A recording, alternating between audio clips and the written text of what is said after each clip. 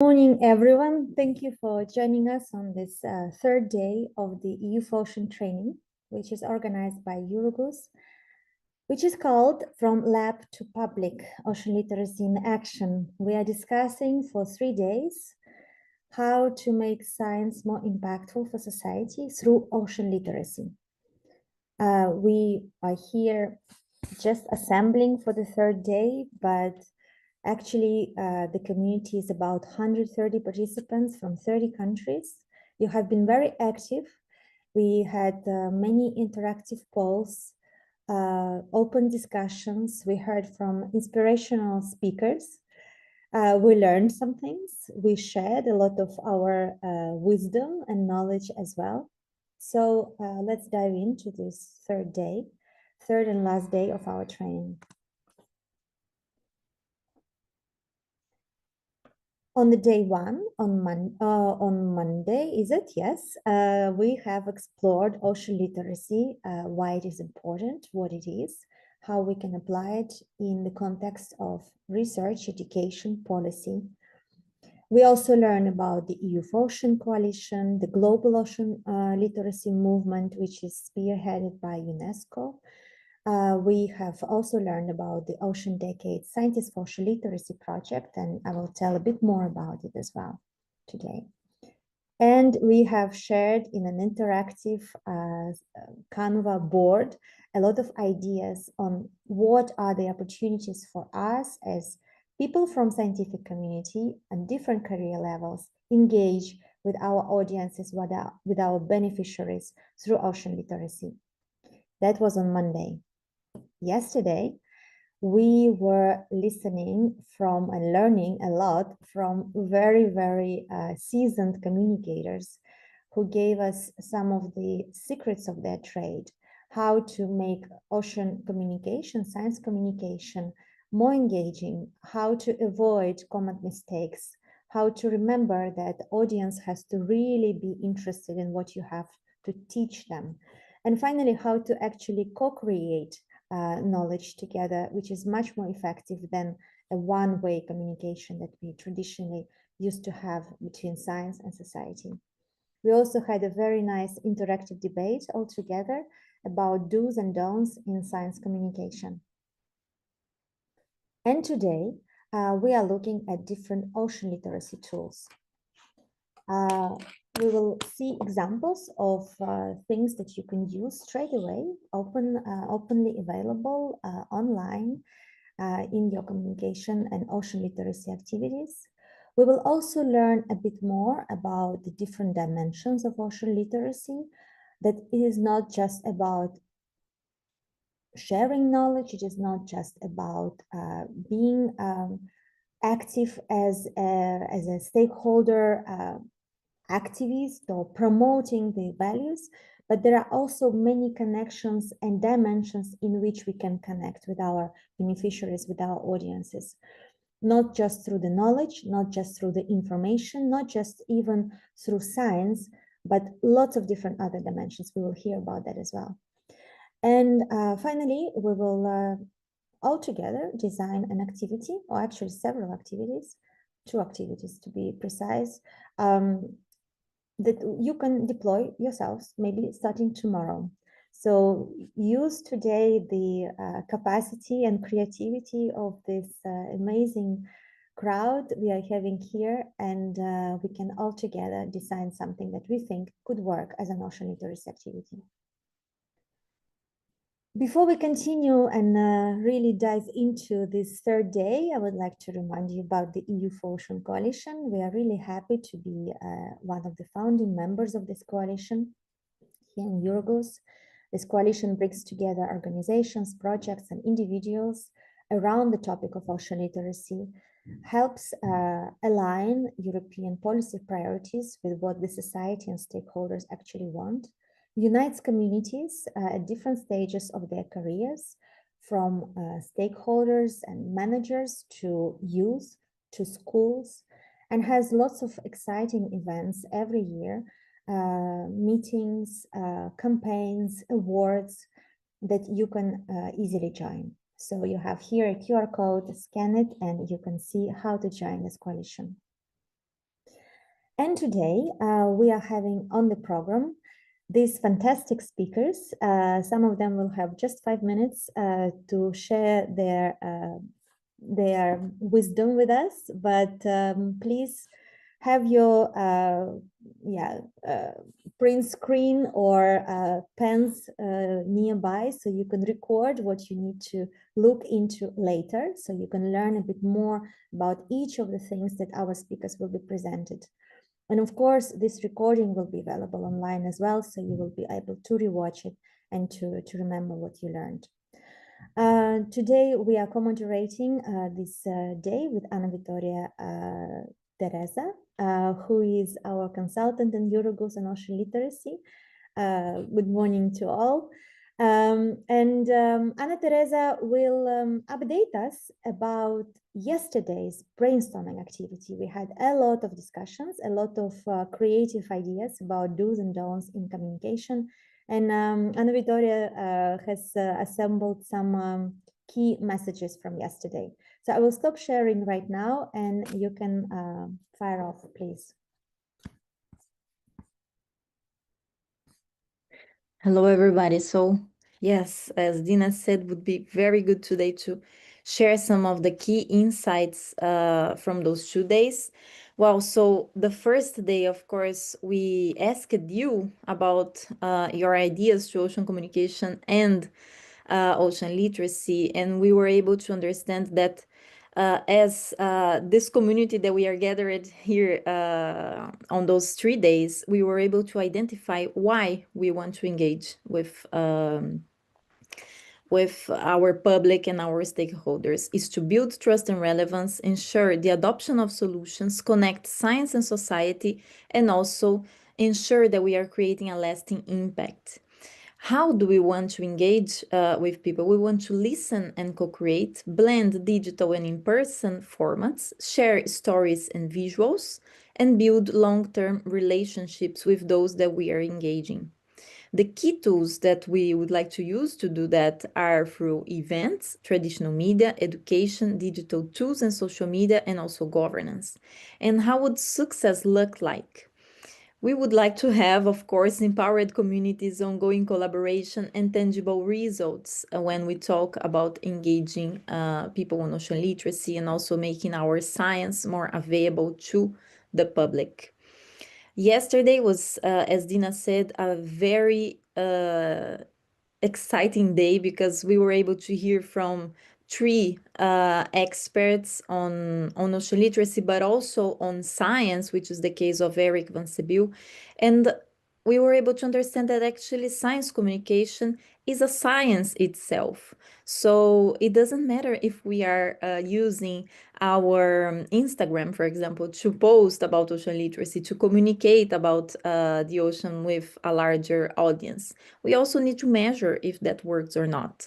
It works for a campaign, it works for a project, it works for a video that we create. So we need to measure what works. We cannot assume that ocean communication will always function with our audiences. So that is a science per se. And having this seriousness when treating ocean communication was also a key learning from yesterday. Another aspect that we were able to learn from Tiago, for example, was that we need to include communication very early in our projects and activities. Actually, communication needs to be present in the conception of the projects because it's not a separated or last-minute task or activity that we will do. Or the last work package of the projects. It's actually a transversal team. So communication needs to be something that is embedded in our work as scientists as well, all the time. Another key finding from yesterday is that it's important to be ready for opportunities that appear. If we are able to talk to journalists, or if we are able to talk to the traditional media, or even to appear on a podcast, for example, to share a story, we need to be ready to bring this story as a clear message. So training your speech, having your message clear is also another aspect that we were able to learn from our speakers yesterday. you will probably have a limited time to speak, so your message needs to be clear. Another aspect that we learn, especially from Laura Sekrom, is that the format of our message is as important as our message. So the way that we bring this message with engagement, with posture, with voice tone is also important. Let's take the giant waves example that she brought yesterday. We had two presentations. Both presentations, they were about the same topic, but they were shown in a completely different way. And in the second one, which was the one that she used the design tools and collaborated with a designer to create that, we could see that the result was way more engaging. So use design tools, collaborate with artists, creatives, and communicate your message clear and with passion, which is the most important. Posture and voice tone are also invisible to us, but they are very visible to other people. So this is something that also will make your presentation very impactful to other people. And so as Dina said, today we will have this the examples of other speakers that we'll bring today. And our speakers will share real-world case studies to illustrate effective approaches to science communication. And today I would like to invite our first speaker to the floor, who is Dr. Emma McKinley, Senior Research Fellow at Cardiff University, who will present Exploring the Many Dimensions of Ocean Literacy and Why It Matters. So Emma, please, the floor is yours. Good morning, everybody. Thank you so much, Anna Victoria. I'm just sharing my slides, so hopefully they will show shortly. And if I don't hear from you, I will assume it's all okay. Thank you so much for inviting me to be part of today's session. As Anna Victoria said, my name is Emma McKinley. I'm a senior researcher fellow at Cardiff University. And it's really great to be part of the session today. What an amazing set of talks and discussions you've had over the last couple of days. I'm going to talk to you today about how the concept of ocean literacy has evolved over the last 20 years and the multiple dimensions that we're now working with, and I suppose give some thoughts as to why that might matter for us as an ocean science and broader ocean research community, because I think we are increasingly bringing other areas of ocean research into conversations around ocean literacy. Oh, my slides don't want to move. There we go. So I'm sure this is something that you've talked about over the last couple of days, but really, I suppose, highlighting the importance of ocean literacy within the framework of the UN Ocean Decade and all of the ambitions and goals that's been setting over the last 5 years and onwards as we look towards 2030. I just wanted to highlight how important Challenge 10 here at the bottom is to the other dimensions and the delivery of those dimensions. Emma, your slides are not advancing, and you can try to swap the mode because I guess it's not in the presenter's one. Oh, that's strange because I'm just sharing my screen. We are now seeing the second slide, but not in presenter's mode. Not in presenter mode. I've only got one screen. That's very strange. Oh dear. It's been playing tricks with me. Yeah, it's been playing tricks with us all morning. I don't know how to change that because I only have one screen. Let me just see if I can. Current slide. What are you seeing now? Still the second slide and a deck. Yeah, not a full. Yeah, I don't know how to amend that in because I don't. Let me click see. From current slide, the slideshow. Maybe. Yeah, that's what I've done. Yeah, that's what I've done. Mm-hmm. But what are you seeing now? Still the same. Oh, okay. Hang on a second. No, it's not even giving me the option. And we might have to just go with it just rather than take time because it's not going to give me the option to change it. I'm afraid. I really hope you can see it big enough. Is that okay, Dina? Yeah, absolutely no problem. Yeah, and I can send my slides on. I can send my slides on. That's really strange. I've only got one screen, so I don't know why it's not giving us that option. No problem at all. It's okay. I think we can all see. And you can see? Yeah. Okay. Thank you. So I was just kind of saying that the importance of the Challenge 10 to delivering the other goals of the Ocean Decade is really important. So without understanding how we restore society's relationship with the ocean, without understanding ocean literacy, we can't therefore address challenge 1, which is understanding and beating marine pollution. We can't understand how to protect and restore ecosystems and biodiversity without having an understanding of social acceptability and how we engage communities in supporting that restoration effort. So ocean literacy challenge 10 is really crucial to the work that we're doing through the Ocean Decade. I think the other thing that we've seen in recent years is really this recognition of ocean literacy as an outcome. So through the Challenge 10 white paper that was published last year, there's been a movement away from ocean literacy as being this individual process. And I know that's been something that you'll have talked about over the last 2 days, to really think about how we as an ocean science community can foster and support a society that understands, values, and cares for the ocean, recognizing that in order to foster ocean literacy as this goal, as this outcome that we're working towards, we need to generate the motivation, the capability, and the opportunities for people to engage as we go forward. So information sharing and communicating science is not necessarily enough to drive those transformations that we need. We need to think about these multiple dimensions of ocean literacy, which is where the evolution of the concept has come in. Again, I'm sure this is something that you've talked about over the last 2 days, but I'm going to give us a quick whistle-stop tour through the evolution of ocean literacy in just 2 slides. So you'll know that at its very, very simplest, ocean literacy is framed as an understanding of the ocean's influence on us and our influence on the ocean. And historically, it's had these 3 dimensions that it's been grounded in, the ideas of knowledge, so somebody having the knowledge of ocean systems and being able to use that knowledge to then communicate effectively with their peers, so that second dimension of communication, and then being able to use that knowledge to make informed decisions and take informed action, so behavior. And for a long time, ocean literacy was really framed around those 3 dimensions of the concept and really grounded in the 7 ocean literacy principles. In 2019, there was a special issue of Frontiers in Marine Science where we started to see this shift in the thinking around ocean literacy and this embracing of there being multiple dimensions. So the image on the left of your screen where you can see the blue boxes still grounded the work. The slides, change the slides. We still don't see it. I'm really sorry. No problem. Just move to the next slide and we can now see the second one.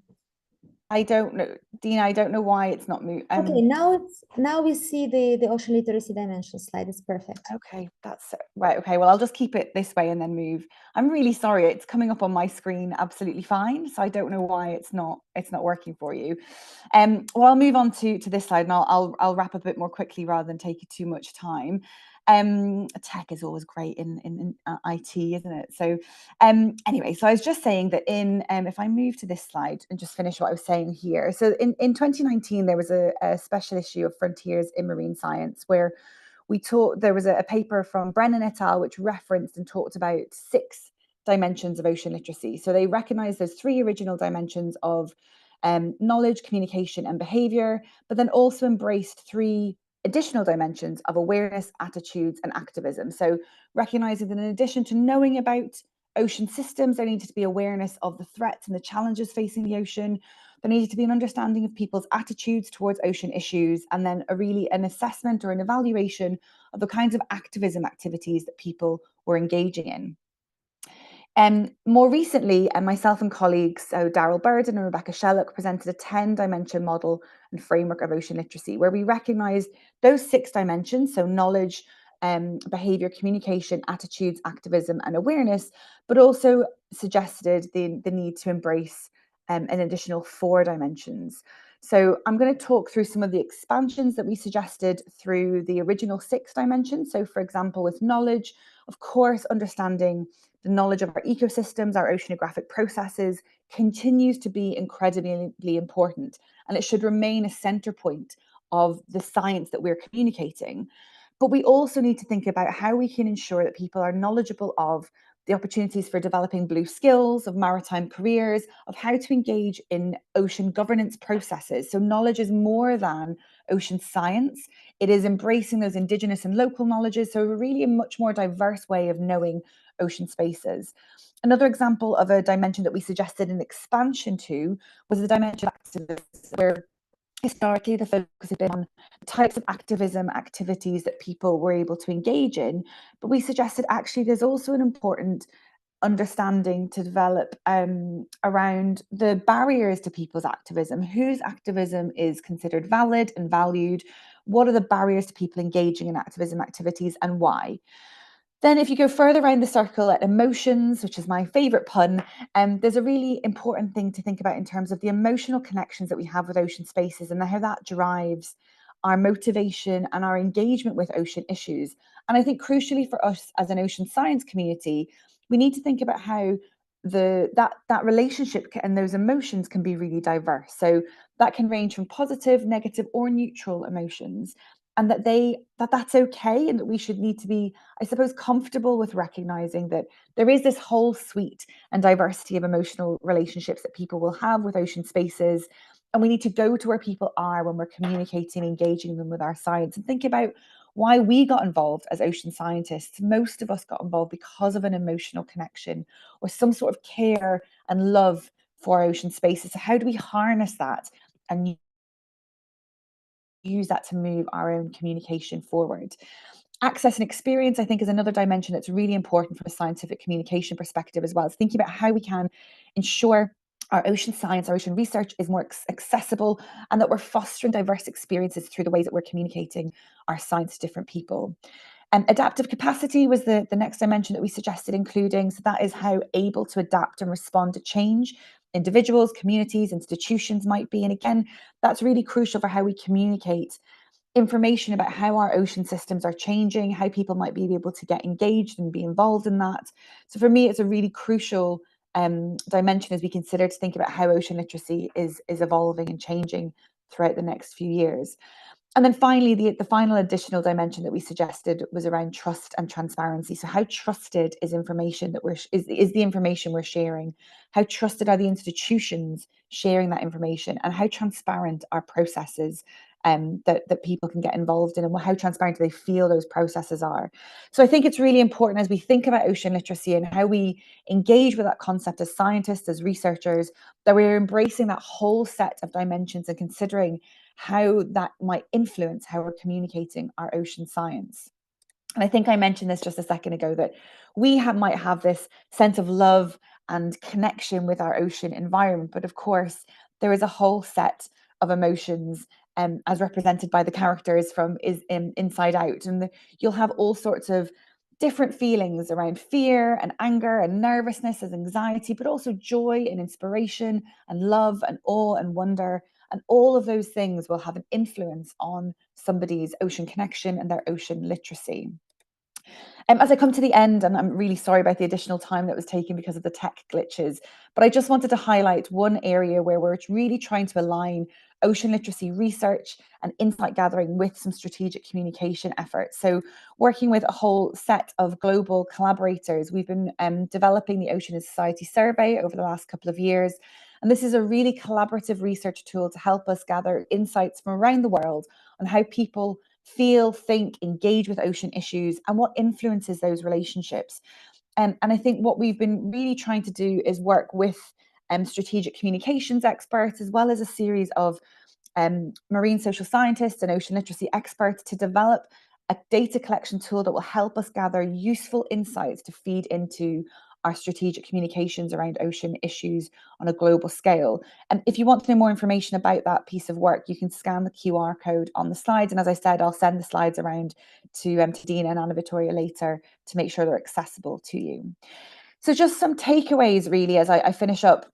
I think we need to respond to increasing calls to challenge the business as usual approaches to how we do ocean science and ocean research. There's an opportunity for us here to use ocean literacy and the evolution of that concept to really champion and embrace transdisciplinarity and whole system, whole society thinking to ensure that we're engaging diverse audiences and communicating our science and our research to as broad a possible audience as possible. There's therefore a need for us to diversify the way that we do ocean research and practice and how we communicate that. And I know that you talked a lot about that yesterday, and we'll continue to do that today.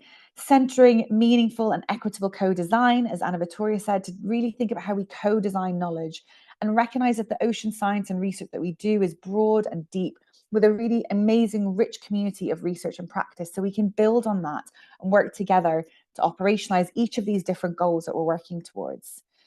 So thank you very, very much. Again, I'm really sorry about the tech issue, and I hope that gave you some useful insights into how the concept of ocean literacy is evolving and how we, as ocean scientists and ocean researchers, may be able to use that going forward.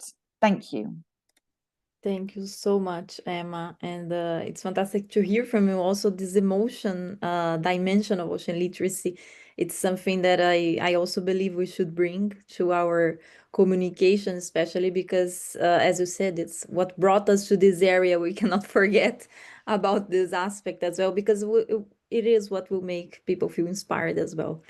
So I would like now to ask all of you to open your cameras, because this is something that I forgot to mention in the beginning. We will again have another very interactive day. So please open your cameras, because later we will also discuss with you.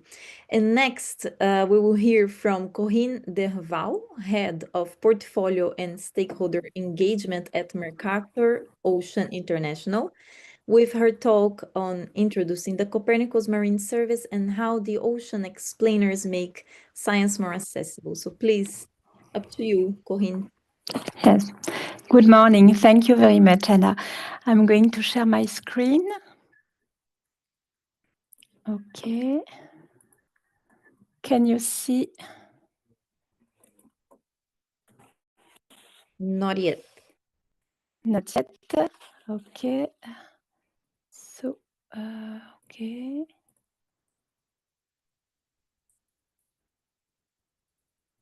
And now? Now, yes. Not. Sorry. I try again.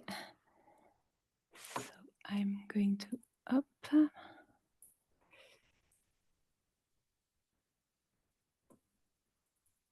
And now? Yes, we see. Just the full screen, maybe, Corinne. Yes. And the swap. Is it okay now? Yes. Perfect. Perfect. Can you see in full screen mode? Yes. Yes. Okay. Thank you very much.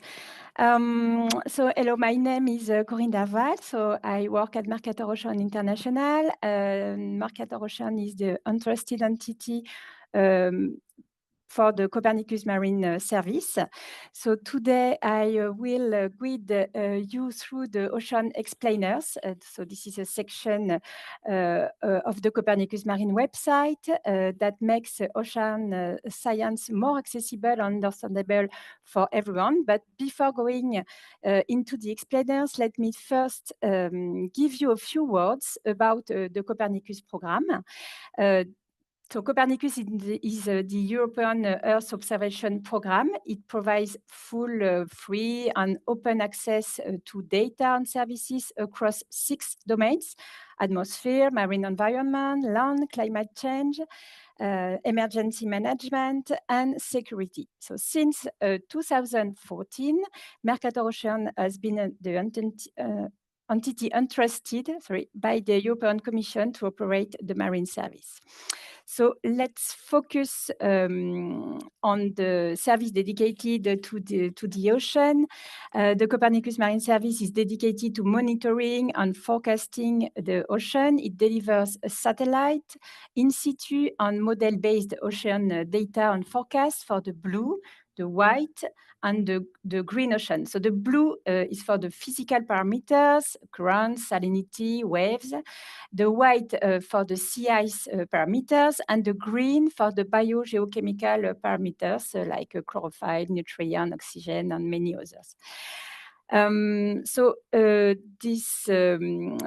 Copernicus Marine Service is the European reference for describing the ocean's present, past, and future state. And of course, all this information is made available to users worldwide through a dedicated online portal. So, yes.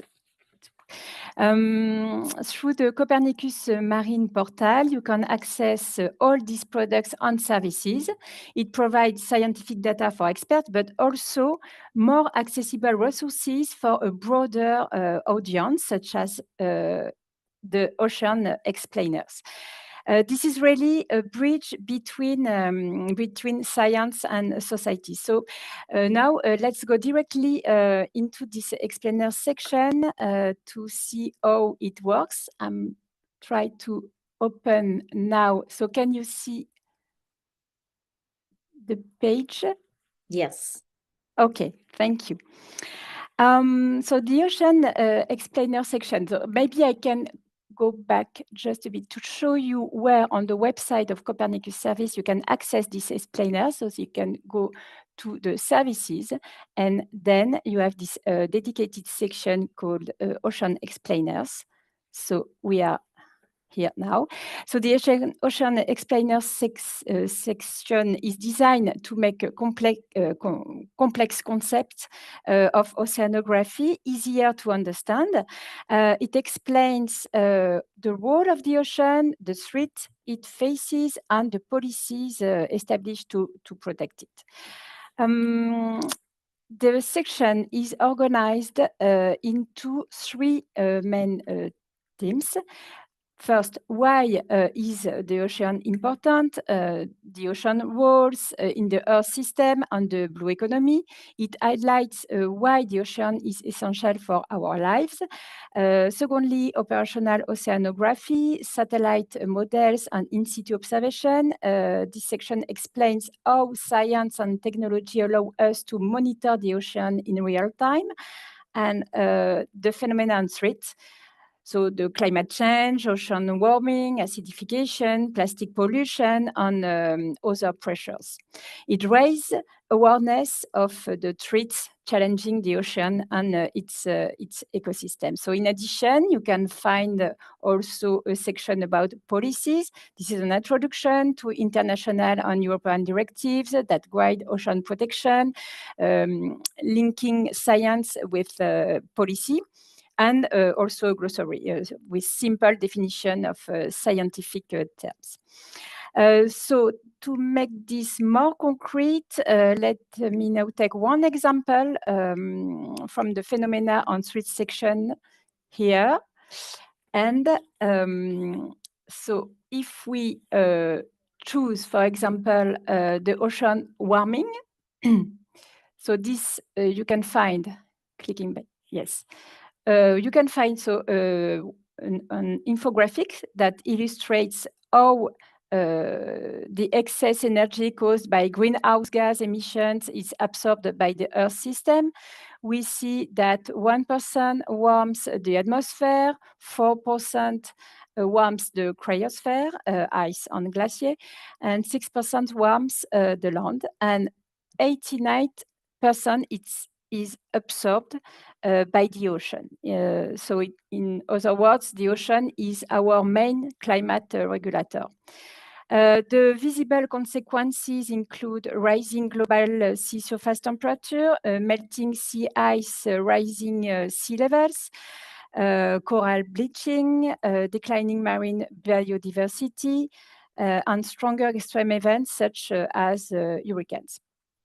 So this graphic clearly shows that the ocean lies at the earth of the planet's energy balance.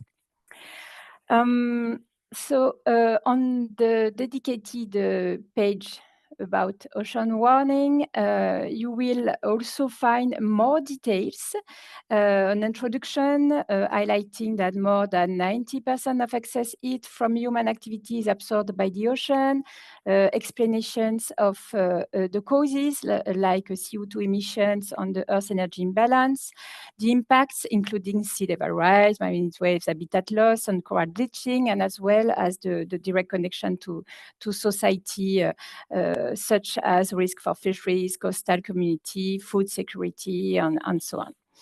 And finally, the page also links to graphics, simple definition, and scientific references, including the Ocean State Report, showing the ocean monitoring indicator.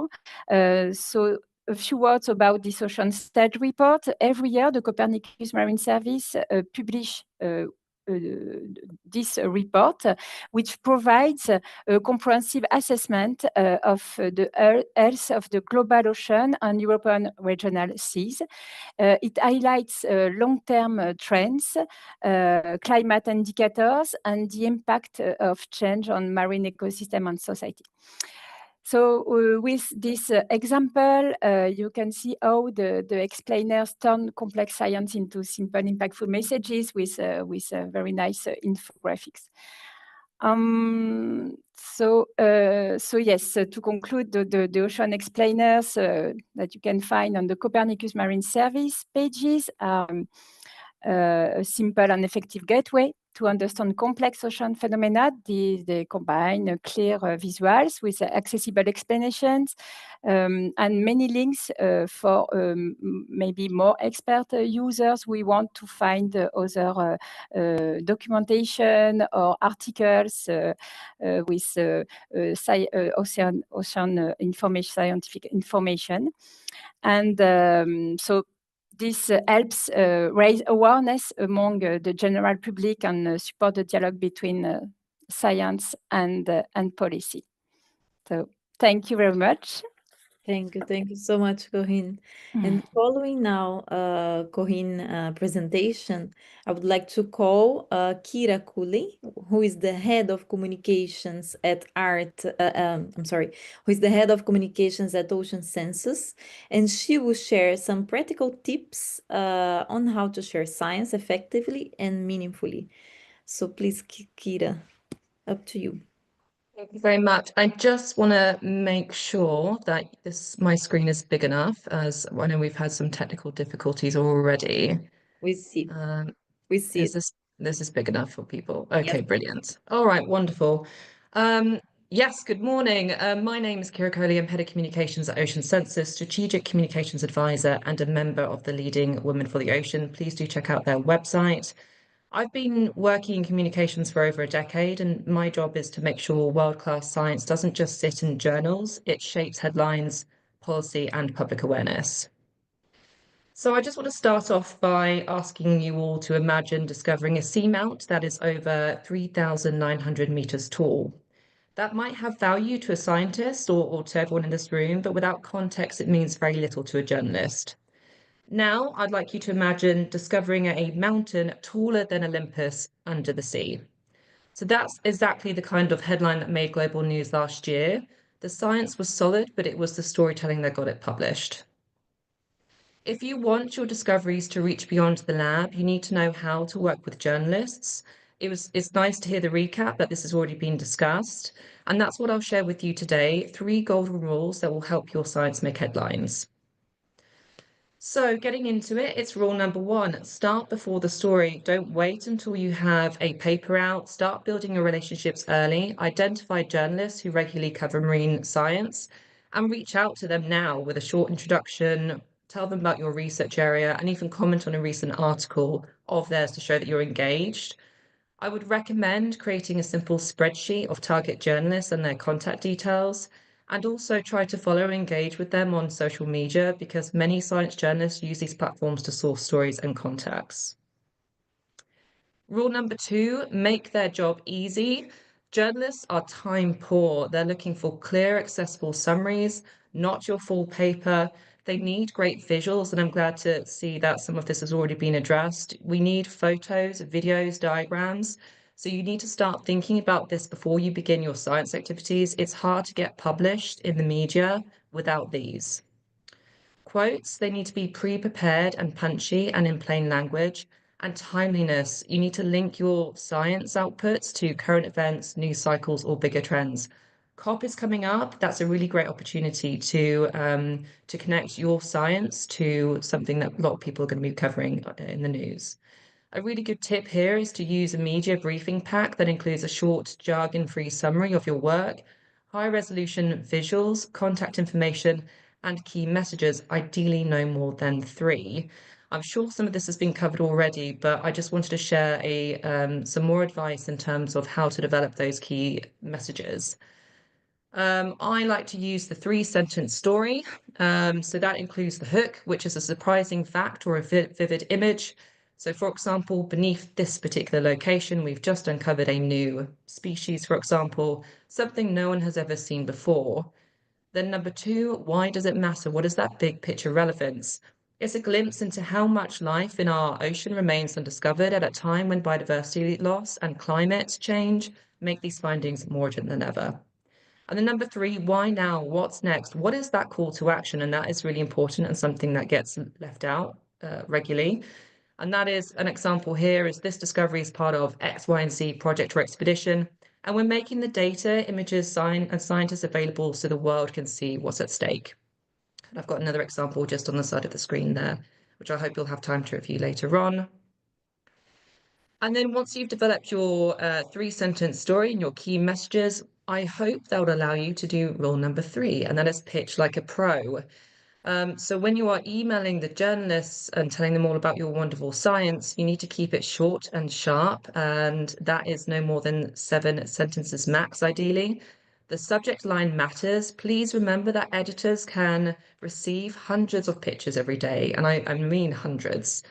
So make sure you're using a hook, something that's catchy and will really emphasize the significance of your work in the subject line.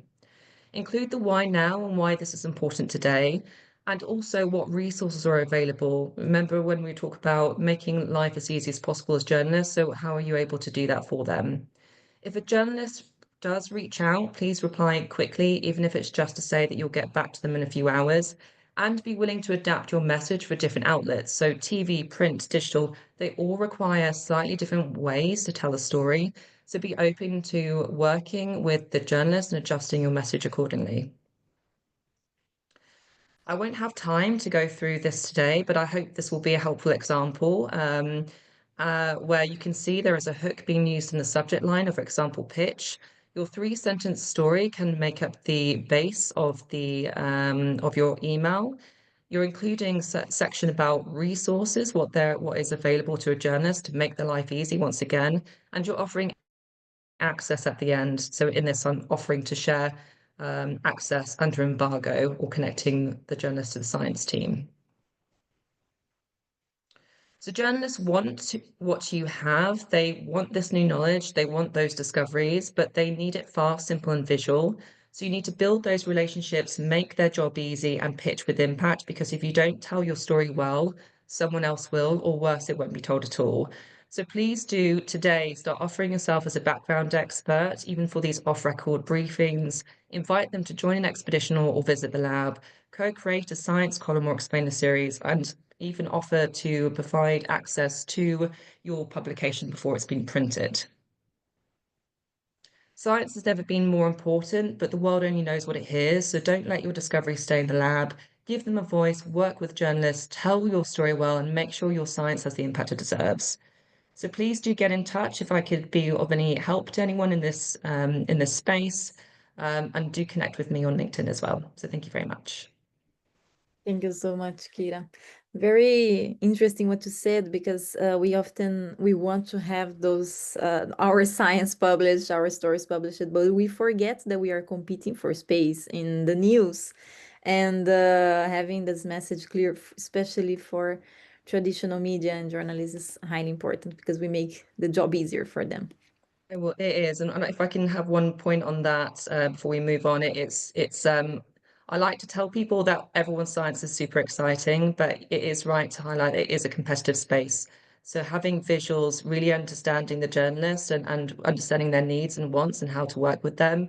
Consider yourself a source and try to be as helpful as possible. Don't just assume that they're going to publish your work because you've discovered something and you're excited about it. You have to really make sure that you're connecting the significance to in a wider context. Thank you so much, Kira. After Kira, we will hear from Carla Lourenço, who is the communication focal point at CORDAP and also EU4Ocean member. And Carla will present the communicating science is like playing a piano, and it's all about rhythm and harmony. So please, Carla, the floor is yours. Good morning, everyone. So great to come immediately after Kira, because she was talking about journalists and I will be talking about other kinds of public. So I hope that this is helpful for you and that you can take some lessons. Unfortunately, I won't be playing the piano for you today. If we had more time, that would be, but let me then get into this. I will give you a couple of lessons on why playing the piano, it's like it's like doing science communication. There's always stuff that we need to do in both fields, and we just need some lessons to get started. One, we need to know our audience. So who is our audience? Are they school kids? Is it a tech company? Are governmental agents? Who will be listening to what we have to say? Because that matters a lot. I wouldn't be playing Chopin to a fan of Taylor Swift, for instance, right? So we need to know who our audience is. This is the first lesson, and adapt to it. Then, after considering our audience, we need to think about the format.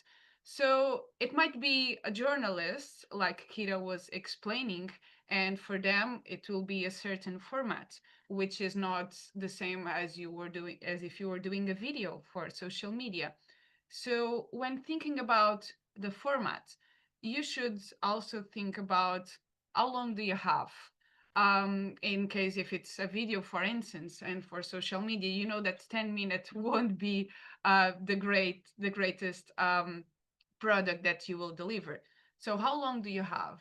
Do you have, or will you use some visual support? If you're doing a talk, for instance, what's the space like? Know your place so that you can use it as much as possible and in the best way possible, so that you deliver a communication that adds value to your audience.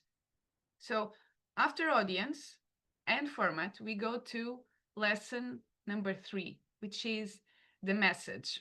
Again, as Kira was saying, we as scientists, we have all of these content that we want to put out, and the tiny things are really important for us. But maybe for the journalists or for a wider public, for a tech company, they don't really care about the small details.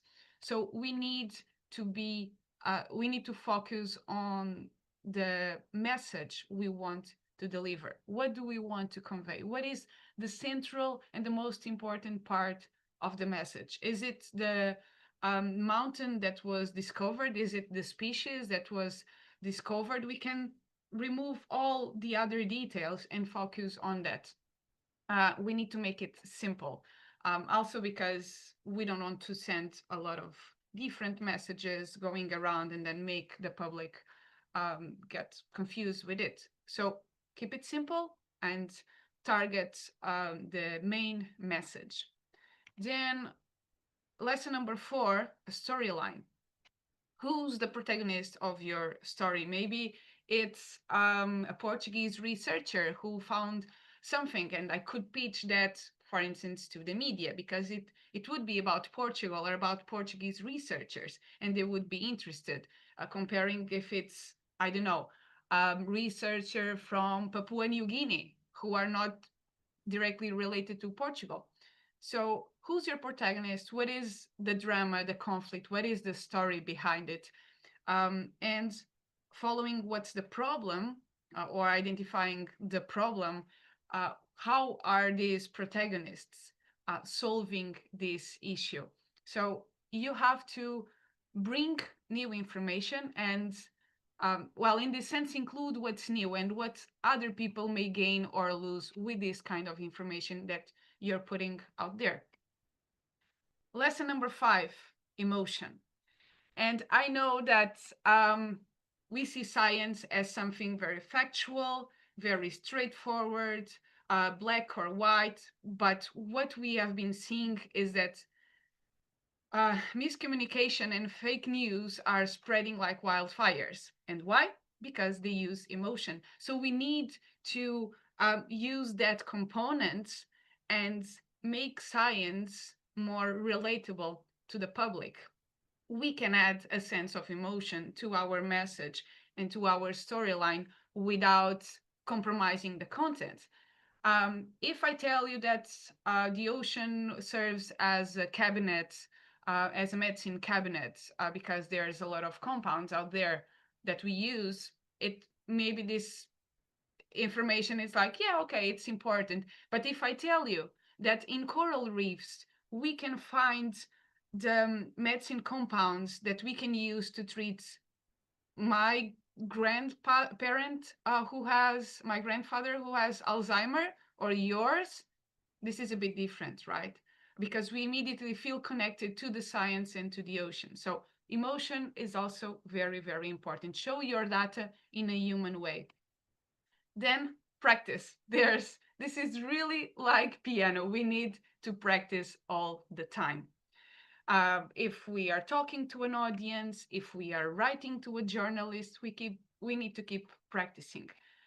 In case of being in-person meeting or talk, present to real people. Get feedback from someone that is not from your field, because that's when you will get the probably most valuable feedback, because you're communicating to someone who doesn't know anything from what regarding what you're saying. So that's really, really important. And if I can add one more, the bonus lesson is to fail. Try different styles, try different publics, different ideas, different formats, take risks, and don't settle. Failing is really important. It gives us the experience we need to succeed. It's always about failing and about improving. So don't be afraid of failing. That's part of the journey, whether you're playing piano or doing science communication. And yes, just remember that we can all be piano players and science communicators. We just need to commit to it. And the best moment to start is now. Thank you so much. Thank you so much, Carla. Very important, this point of failing. And I just remembered of the talk from yesterday as well, from Eric Van Sebil, of the science behind science communication. So we need to remember that also science has a process behind, and failing is part of the process. So we need to test, and testing is what will lead us to the best way possible to communicate the science. Thank you, Carla. So next, Shudanshu Verma will share with us examples from the EU4Ocean Coalition, and also strategies to engage the audiences in this project through campaigns like the Make EU Blue. So today we will hear as well some practices of what has been done in this project, which is the EU4Ocean Coalition. This training is organized in the context of this coalition. So please, Shudanshu, he's the managing partner at Revolve. Hi, everyone. Yeah, so as Anna mentioned, I think I'm managing partner of Revolve, and we've been managing communication for EU4Ocean Coalition for last almost 3 years. And just wanted to share some experience. And I think a lot of good points are already covered by Akira and Carla about engaging with different audiences and messaging. So I'm going to just focus on one case study of a campaign that we're running, which is Make EU Blue, and the media training we organized in 2023. So Make EU Blue is a campaign where we are mobilizing citizens to call on their local leaders to act for the ocean. What we did, we created a single petition model for the citizen to sign. And with every threshold of number of signatures, we're reaching out to the city, the municipality, to adopt certain ocean-friendly policies. We created a simple 10-step guide, which is based on what already exists that each city can do to have a more ocean-friendly policies. The whole idea was, this is currently the status of the campaign, where we are getting highest amount of signature on the petition. Our target was to get 10,000 signatures. We already crossed that. We are at 12,000, and we still have a month to go. We wanted to engage 20 cities. We already engaging with 36. How did we reach to that success? We use integrated comms. What we didn't do is just run social media. We partnered with a lot of organizations. We ran a lot of events and backed up along with the campaign that was running digitally. We organized beach cleanup events. We hosted booths.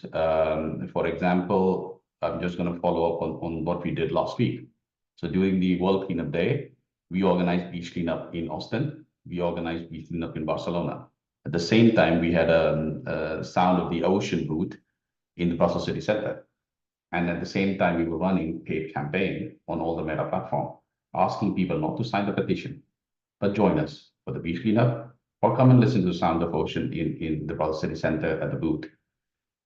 We ran the ads from 16th to 20th September, and we received 2,500 signatures in just that period, which is 25% of our overall target that was set for 6 months. We had more than 200,000 impressions. We had almost 6,000 clicks. And if you've been part of any paid campaigns on social media, the social ads, advocacy ads, political ads, usually the CTRs are not that good, or the conversion rate. You have, so for us, this was a really value for money. We had performed better than the average.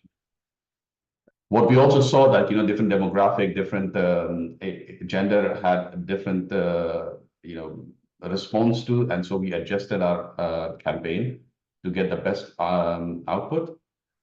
So what we learned by doing this once ad set is that we focus a lot of our budget on weekends. We get higher responses. We kept this, and I think it's already mentioned before, you have to keep the ask very simple to people. The moment it's complicated, they will not follow through. So for us, it was simple. Just join us. And nothing else. We didn't ask for it. Just come and join us. And people followed through the steps of, signing the petition or not. That was open for them. And we always use different creative sets to see if which demographic accept which creative set during the campaign. Do some A/B testing of, which campaign or message, the visual or the messaging is working better, and keep adapting accordingly. So this is what we did. We ran the campaign for the whole week. At the same time, there was a booth, which is on the right side. The photo is from the booth in Brussels. The bottom one is the beach cleanup in Barcelona, and the left one is the beach cleanup in Austin. All these the 4 things running at the same time in that week gave us the high output. And yeah, we also work a lot with data when we're designing the campaign to see and modify. For example, we were looking at how much of clicks we had just on the day of the cleaning, which was on September 20 on Saturday. And we see the spike on that particular day. And so a lot of people did see the ad. Not all of them showed up at the beach cleanup, but they did open the petition and sign it. So what is our blueprint of running a campaign like this? We start with one clear behavior. Just sign the petition. We don't ask you to contact your city. We don't ask you to do anything else. Just sign the petition. One single thing you have to take care of. We map the audiences. We map the trusted messengers. In this case, we have a lot of partners who joined us, who already had a credible voice in this area. And we built the ecosystem around them. We built a simple messaging. And how we do it, we have 1 ask and 3 reasons. Why sign the petition? And 3 reasons for signing the petition. We create the engagement ladder always. What happens when you have 500 signatures, when you have 1,000 signatures? So there is a bit of gamification, and there is a bit of incentive to keep asking your friends and colleagues to go and sign the petition. And we do plan moments on the calendar to time the local stories. Like there was a festival in Frankfurt where we went to. We got 2,000 signatures from there. We went to a market event in Gijón, in Spain. That gave us a lot of boost. And this photo is from the EuroGOOS. That also gave us a lot of boost in terms of signatures. So we do link it with looking at different events and moments within the campaign calendar and how we maximize them. So when we're designing the campaign, we were also looking at, we have to check the capability, opportunity, and motivation of our audience. And it needs to be very clear before we actually go ahead with it.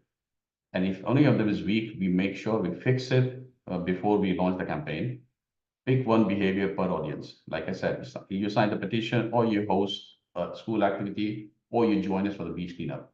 We never have multiple behavior or action. We look at the barriers, like, engaging with city official is difficult in this case because, it's not always clear whom to contact in the city. But we wanted to make it easier for city officials once we do reach out to them. And that's why we created this action guide for the cities. Because, okay, we're asking them to take some action, but it has to clarify or simplify what action they need to take for them able to engage with us. So we created this 10 action, which is mostly already like, you can sign up for the Mission Border Charter and so on. So we have these 10 simple actions that they could take that allow them to engage with us and join the campaign.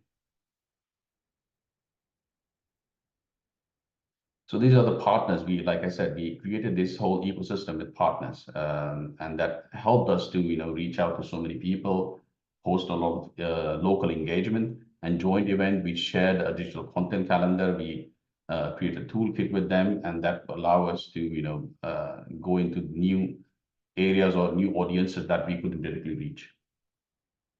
Also, we work with this fast. We fill in for them or remove the steps to simplify as much as possible for the audience, so they don't have to do too much. We make the benefit attractive. So, highlight the milestones like, okay, your city is leading or your city is second. If you get 10 more signatures, your city is the leader in this. So help us get more 10 signatures in your city. We use the action on social platforms. Like, for example, we created these postcards where people who signed up the petition, they gave a reason why they're interested in this campaign, and we used it as a promotion.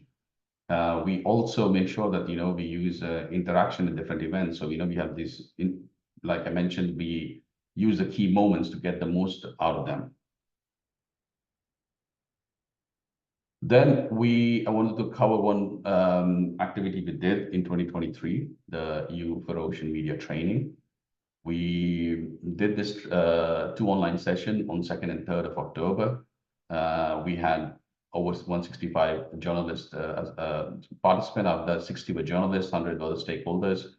And we did a survey which gave average rating of 4.5. What we were looking at was, even for journalists, if you work in a newsroom, it's intense. And a lot of time you just focus on what is the most breaking news. But a lot of time they also want to cover the stories in the way it should be. And so the idea was that, there must be some media literacy around ocean. And that's where we organize, like, how you cover the stories, how you frame the narrative, that, you do it in a responsible way. We made sure that, we link the stories to the human stories. So data points, everything that needs to be linked to the human story to make it more, to connect the audience better. So we ran this training for 2 days. It was a great success. We received a lot of positive feedback. Now what we're doing is replicating the same media training for different topics. From ocean, now we're running on climate adaptation. And now we're also working on creating a short handbook for journalists on when they're covering a certain stories for how they can cover it better. And I think we ran we did a mini case during that session on sinking cities, because some people from sinking cities and journalists who were there at the session, about how they can cover. It's an interesting project if you Google and look at the sinking cities project. What we're looking at, how do we balance the narrative between urgency, which is risk of millions of people, and how cities are adapting through policy infrastructure to the solution. So what was output was, we need to have this balance between making the story human, the urgency, but also solution. So it is not hopeless, what we're talking about. And so this had a good response from all the journalists that participated during the training. And that would, and overall, for the last almost 3 years, some of the lessons we have learned while running a communication for a platform like EU4Ocean, you can easily get bogged down with high volume of activities. There's so much happening there. And if you do get bogged down, then you have a risk of becoming very fragmented. There will be no strategic approach to the communication, but you'll keep doing bits and pieces. In ocean literacy especially, there is so much activity on grassroots. And when the information flow is not clear and there are gaps, you have so many missed opportunity, because suddenly we find out, oh, 2 months ago, there was a brilliant activity done by youth in the Baltic. And you find out after 6 weeks, the story is already dated. And there's so much missed opportunities because of the gap in the information flow. And without strategic planning, efforts can be, like I said, it correlates to the first point, where you end up doing a lot of effort, but less impact. So it's applicable not just for EU4Ocean, but any large umbrella organization. Without strategic planning, you can end up doing a lot of communication, but you will still not see a lot of impact. And some of the things that we learned in terms of solutions and good practices, if your organization or the project you're running requires collaboration, then you need some sort of collaborative planning tool. Like, for example, we use Trello, where we have all the campaigns and content collaborated, so all partners can use. And so it's easy to use the multipliers. And we used a lot of there's a lot of potential in this sector, and we have not worked a lot on ocean literacy except EU4Ocean. So for us, we learned a lot along the way. About ocean literacy and the sector. And in this sector, there is so much potential of partnerships and multipliers that everybody wants to help, and every organization wants to do their bit. And if you use it well, you can really extend the reach.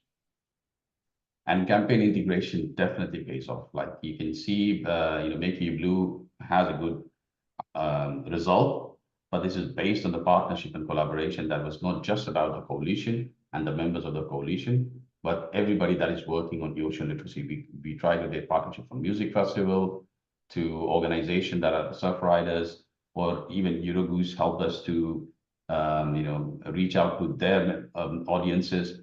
These partnership and collaboration can really help you have a large EU-wide visibility. Thank you very much. This is fantastic to see that EU4Ocean is able to galvanize different new partnerships in ocean literacy. And I hope that this webinar and this training is also a platform for us all to connect, reconnect, and find new connections. So I think here is a point when I can say a few words as well about what we do in ocean literacy in EuroGOOS. Some of this was a little bit shared on the first day, but let me go a little bit more into the details, but not too much of detail. Don't worry, my talk will be short, but I hope that you will learn something and you will find some new examples of how we can engage in ocean literacy through scientific collaboration amongst scientific institutions and scientific practitioners and scientists. So first, are you seeing my screen all right? Yes. Yes. Okay. Bingo. That's one good thing. So, well, there is no point of asking this question to you. What is the role of science in achieving sustainability?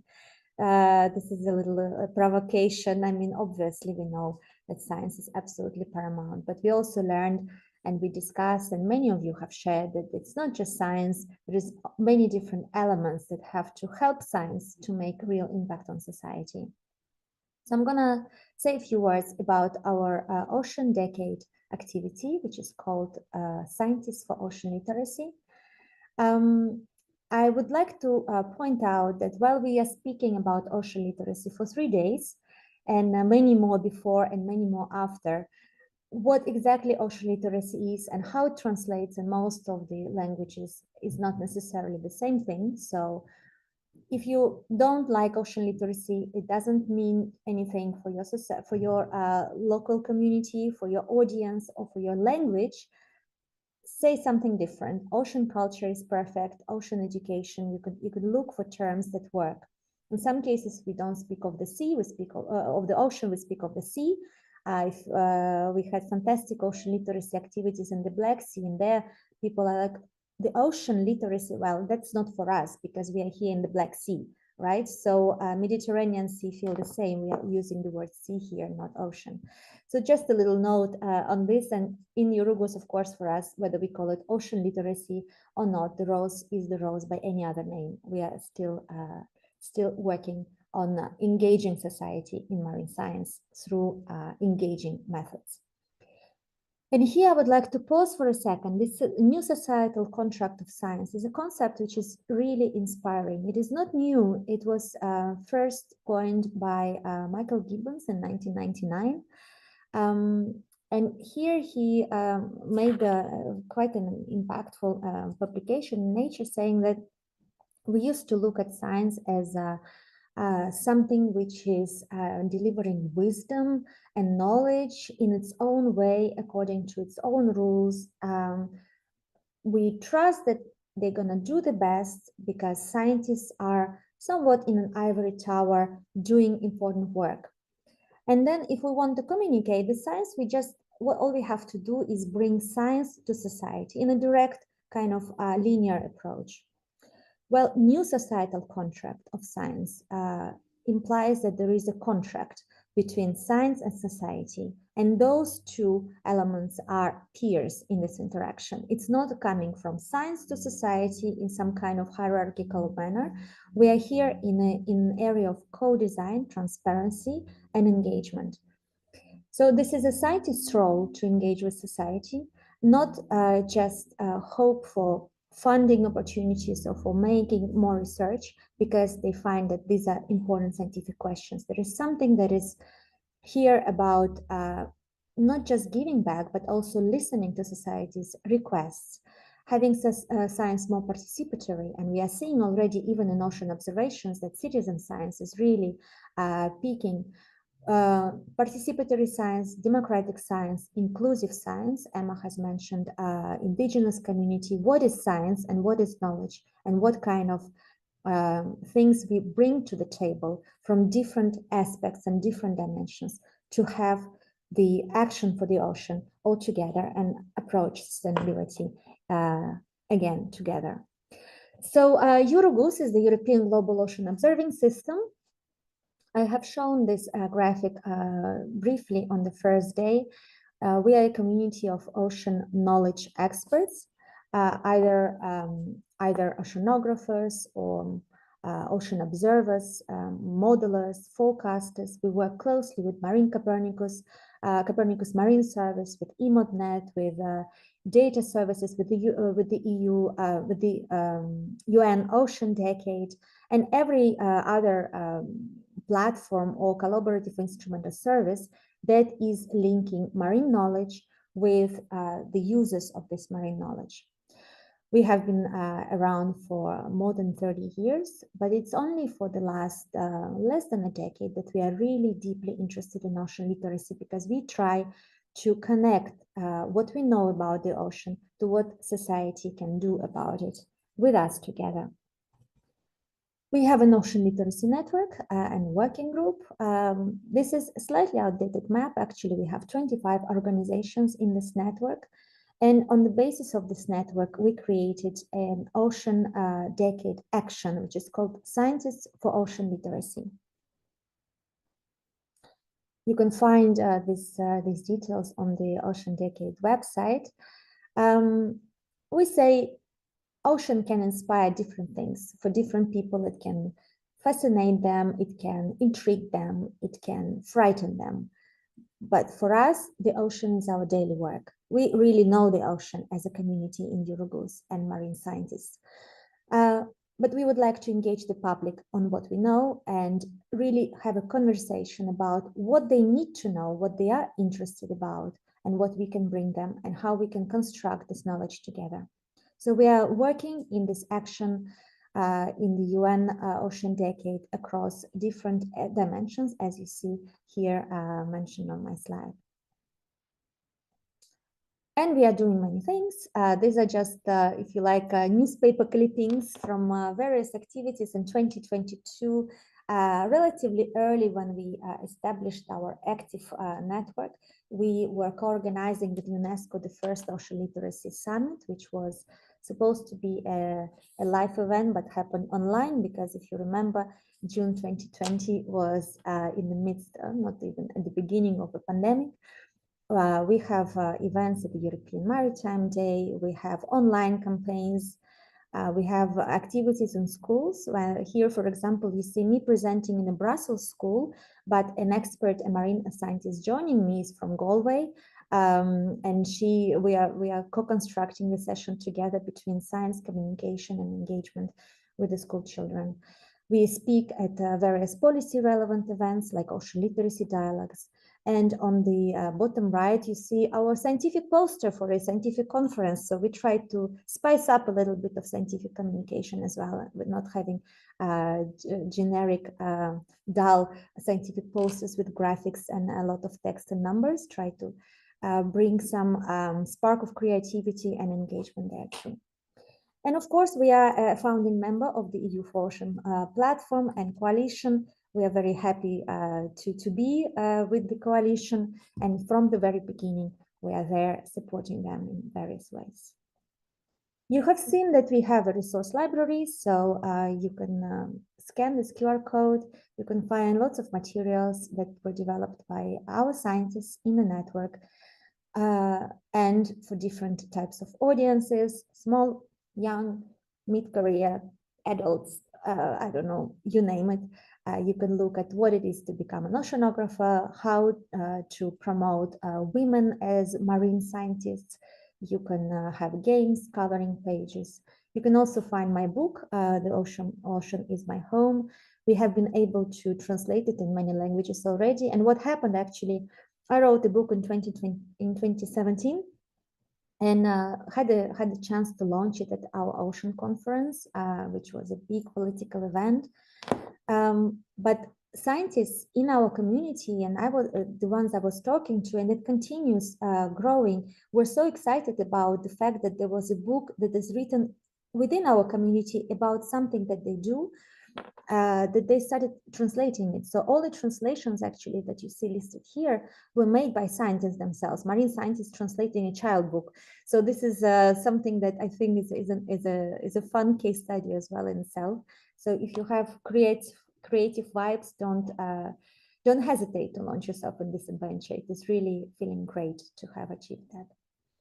We also published something more, let's say, adult as literature. For example, our policy brief on ocean literacy in European oceanographic agencies, where we are putting forward some recommendations on how marine research funders, how marine research managers, ministries, but also broader Ocean Decade stakeholders can help us be better in ocean literacy, how they can embrace the opportunities that ocean literacy offers to engage society in restoring our relationship with the ocean, and how they can better fund it, support it, and provide impact assessment for it. And the latest publication that we have is a Springer publication, which will be released in December in open access. And here we are having a set of, actually a whole chapter, which was co-designed by 14 experts from our working group, organizations, marine organizations, research institutes from lots of different countries in Europe. And we didn't just assemble our case studies because I thought, okay, it's very exciting to read about other people's work and see that there are some lessons learned from it. This is really important. But we also put forward some recommendations, and these are the 5 recommendations we put forward in this publication. The importance of delivering knowledge with stakeholders and citizens, the importance of inclusivity, and we have talked about this a lot. Accessibility was strongly emphasized yesterday by Laura, for example. The importance of combining cleverly digital and hands-on experiences. You can't compete, you have to have them complementary. The importance of crossing boundaries, across disciplines. It's not that easy because even in marine science, there are so many disciplines, and sometimes it's not so easy to cross those boundaries for modelers to speak with observers. But here we are looking at crossing boundaries for communicators, political scientists, behavior scientists to work with marine scientists on different aspects, and the importance of sustaining it. Even though ocean literacy, as Darshus has said, is really everywhere here in Brussels, you hear it all the time. In reality, it is not really fully sustained. It is not really well supported. And we want to reiterate the message to our funders. If you want to have engaged society, please fund ocean literacy. These are some snapshots of different events and activities that our members are having, as you can see, spanning art, digital tools, upcycling, lectures, interactive experiences. And this is my final closing here for this little introduction on ocean literacy in EuroGOOS. You have the resources scan and also my contact details if you want to continue this conversation. Thank you. And here I will move back. I will pass back to Anna with the continuation. We will be having some exciting activity, and everybody please put on your cameras if you haven't yet done so. Be active, be relaxed. It's a safe space. We want to hear from you. We want to play together how we can make ocean literacy more impactful. So Anna, up to you to introduce the session. Thank you so much, Dina. So it's always very good also to hear from you and from EuroGOOS work, because we see how ocean literacy can be adapted to so many targets and different audiences, from children to also policymakers. So yes, we will now conduct this interactive activity. We will split into two groups. Me and Dina, we will take care of those two groups. We'll be moderating those two groups, and we will vote on the topics that we would like to discuss via Mentimeter. So we want you also to use Mentimeter now as a word cloud, because we would like to know the audiences that you would choose to work on this activity. You can choose from schools, from policymakers, to industry, to government. You can include your ideas on this Mentimeter. And later in this group, we will map the issues that we want this target group to understand. We will define a problem, an audience, actions, and key stakeholders. And we will also design one specific activity for them, writing a clear message, a clear title, objectives, resources. So it will be a very hands-on exercise. So let me share the Mentimeter with you for 1 minute, so you can already, I'm sorry, it's not this Mentimeter yet, it's the other one. So I have put the link now on the chat, but I will be sharing with you so we can also see. Yes, and yeah, I know it's share.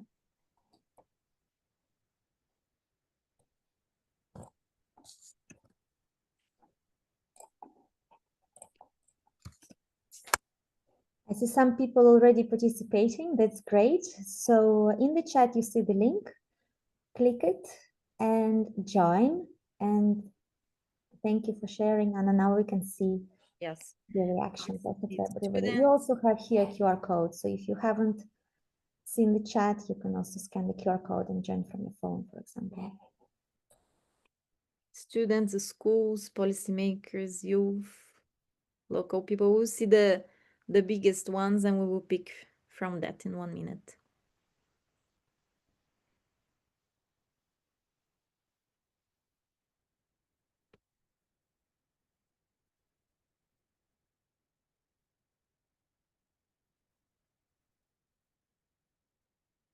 I see we have 59 people on Mentimeter, but we have more people on the session. So if everyone could join us, would be great. Students, policymakers, local communities, local people.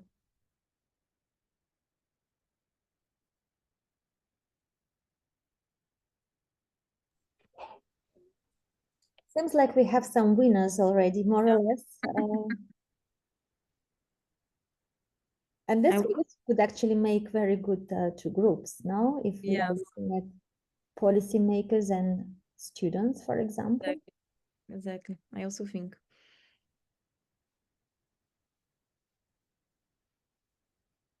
Okay, I think we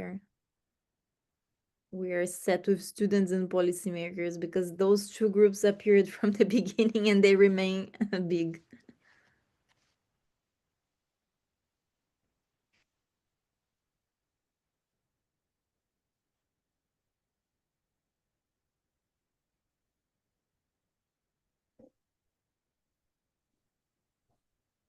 Okay, I think we're good. So youth, students, policymakers, I guess, yeah, either youth or students we need to define, but that perhaps the group can define. Maybe we can have a broader definition, like broader grouping youth or students, and the group could decide whether they target students, which means, yeah, I guess school students, university students, or youth, which, yeah, I guess it is somehow the same, but maybe a little bit broader. And then policymakers. Great. So we'll be now splitting you into two groups. One group, then, as Dina said, will be responsible for policymakers, defining a target message to this group, to policymakers, and the other group will be responsible for defining a message for youth. Then we will think together what this message would be, what is it that we want to bring to them. We will work together for around 20 minutes, and we will later come back to this plenary, we will discuss this idea, and we will finalize this activity together. Each group will be moderated, one by me and the other by Dina. I think I can pick youth, Dina, and if your group can stay with policymakers, that would be fantastic. So I will kindly ask Dina also to set the breakout rooms. You will be directly assigned to the rooms, so we'll wait there in some minutes. Yes, so I will have to make sure that one of us is assigned to one of the groups, so I may need to make it manually, but right now from plenary, you will all automatically move to a breakout. So we are 107 people right now, so we will have half of that in one group and the other half in the other. And then Anna and I will guide you as moderators through the process, where we'll be looking at how to engage this target audience, and we will share some ideas all together. So I have created the groups and I'm moving you to the groups. Just a moment, I will, okay, open all groups. Okay. So now I think we are moved. And we are now in room number, which is the room number now here. I'm trying to understand which room number we are in. Okay. I think people are moving and we have about half of the crowd. So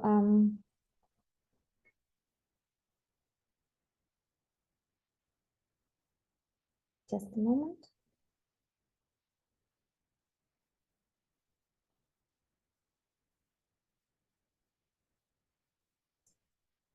So I think we can start.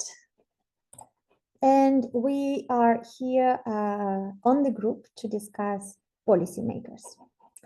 So I would like to ask you to please put your cameras on. It will be much more fun to discuss with you than seeing black boxes behind white font. So can you please open your cameras so we can have an interactive session?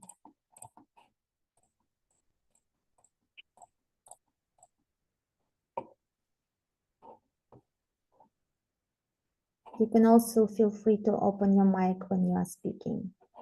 So I'm waiting for everybody to switch on the cameras.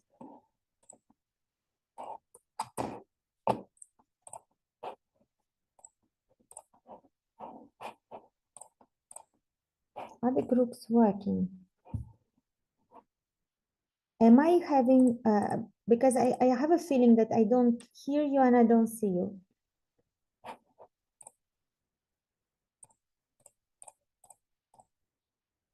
Are the groups working?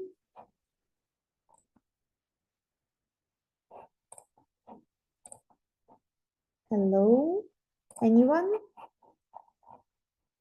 Okay, I have a feeling that we don't have the working groups.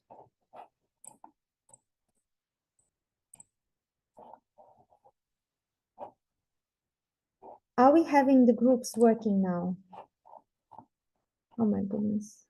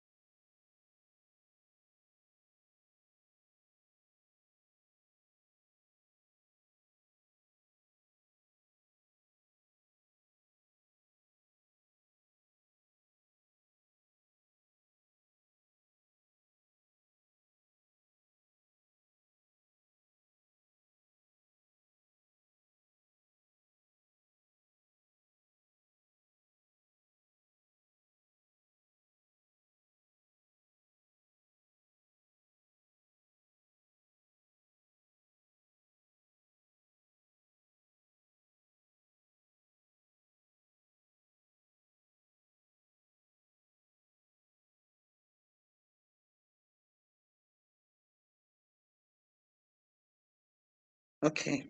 Can you hear me, please? Apologies. Hello? Hello?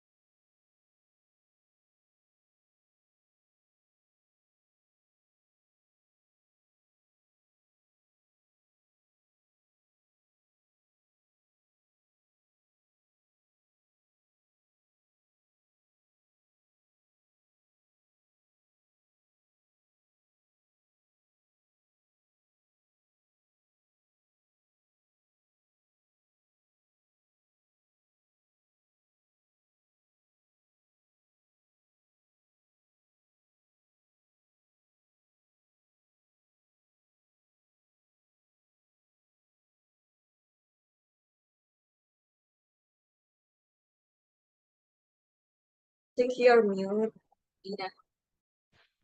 Yes, okay, thank you. I was on mute.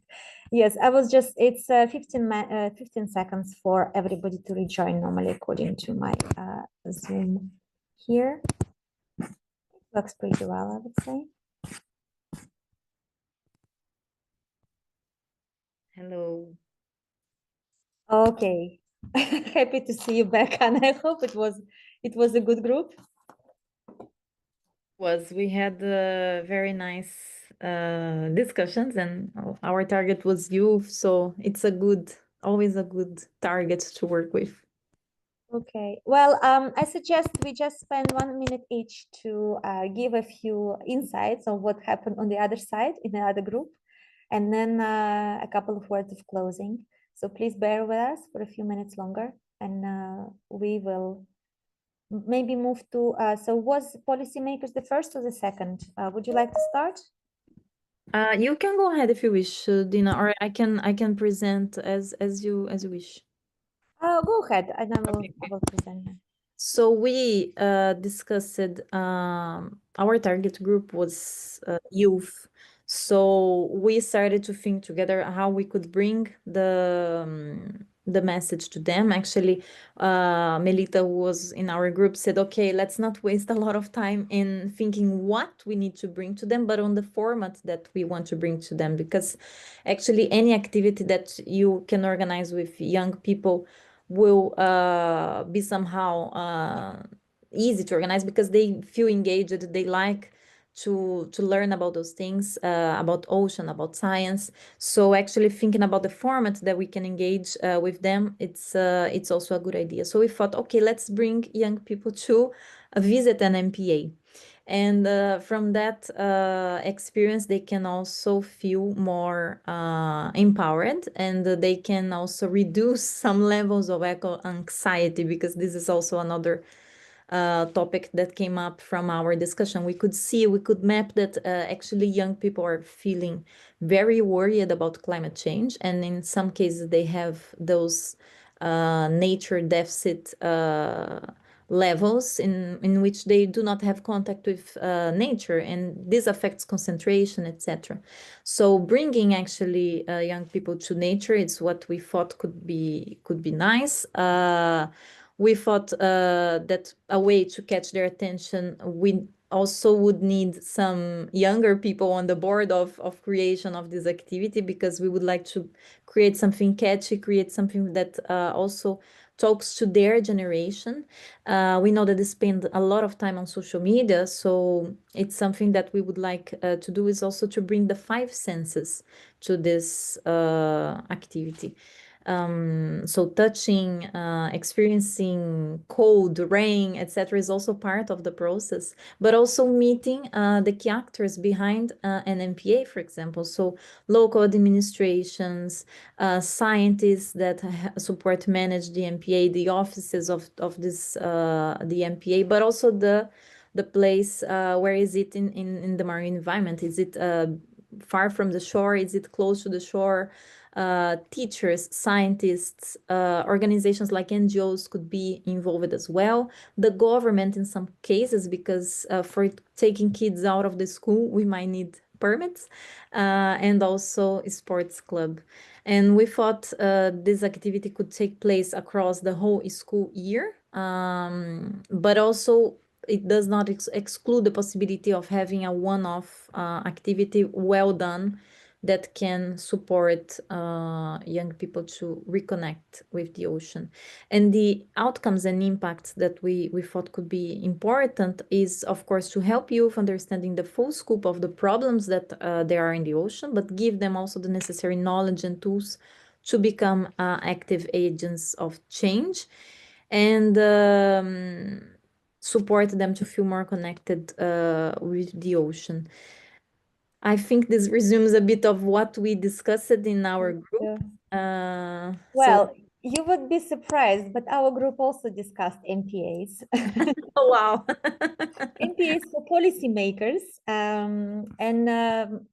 To cut to the chase, we have 2 titles, even 2 options for a title. One is MPA Activate, and the other one, MPAs as a gold mine policy event. This is the event we're going to be organizing with politicians, municipalities, local fishers, scientists. We said that our first step is to listen to, and also first objective is to listen to what our stakeholders, and our main target here is municipalities. What is it that they find important? What are they concerned about in this political cycle? We also want to educate them and inform them about MPAs, the importance across different dimensions: ecological, societal, biodiversity, economic.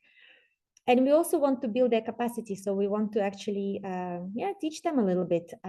So it is really an interactive policy event that we want to have with the municipality and with different actors who are concerned by the municipality's actions. We thought it has to be something like 3 hours. Absolutely important to have a free lunch and some networking after. And the main outcome and success for us will be if we have a good dialogue with them, really, where we are able to hear them, but also tell them why it is so crucially important for them to be having, strict monitoring of MPAs, new regulations if necessary, and etc. And the first steps for us will be obviously this plan, but then the list of guests. Think of creative communication, how we can trigger their curiosity, booking the venue, and having a social media plan. These were the very first steps, but I think almost there. So tomorrow we can start. Thank you, everyone. We are a little bit over time. We were very good all the time before, but today a little bit less, because I think we can just go on and continue discussing so much more things. But let me now close. First, with big thanks to Anna Vittoria for working with me so actively in organizing this training on all aspects. This has been a lot of fun, and I hope very soon we do many more things. And actually, we are doing one more thing for sure. Next month, together, is an EU4Ocean training for early career ocean professionals, where we will explore not just ocean literacy, it will be a marginal topic, even though an important one, but also sharing marine knowledge through sustainable and open practices, fair ocean data principles, care and trust principles. So join us, take a look. You can register via this QR code, and this will be training for ECOPS, but of course, if you find that you are a senior manager who needs a refresher on international ocean data practices and how you can share your data and make it accessible through all these means, including ocean literacy, you are very welcome to join as well. We're also having a EuroGOOS International Conference in Larnaca, hosted by our member of EuroGOOS, Cyprus Marine and Maritime Institute. It will be back-to-back with the European Maritime Day, so many of you may be there, and if you are not, think about it. And if you are very far away from Cyprus, don't be discouraged, because we will have all resources available online, and we will also run the plenary workshop, plenary sessions probably in live mode. So keep an eye on our social media, and you will see how you can join either in person or virtually. We also have a post-event survey. So we have told you that you can receive an attendance certificate. And if you find this is something that can help you promote ocean literacy and what you were doing these 3 days, and that this work is really, really important, we can deliver a certificate for all of you upon the completion of all 3 days.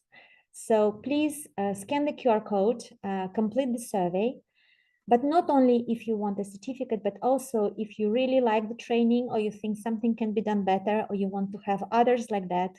Help us with a short survey, 5 minutes of your time, complete it, and we will have this encouragement and support and ideas from you to go further. So I will wait for you to scan the QR code. And with that, I would like to express my and Anna's wholehearted thanks for active participation, for your enthusiasm. I think we felt a lot of connection in this training.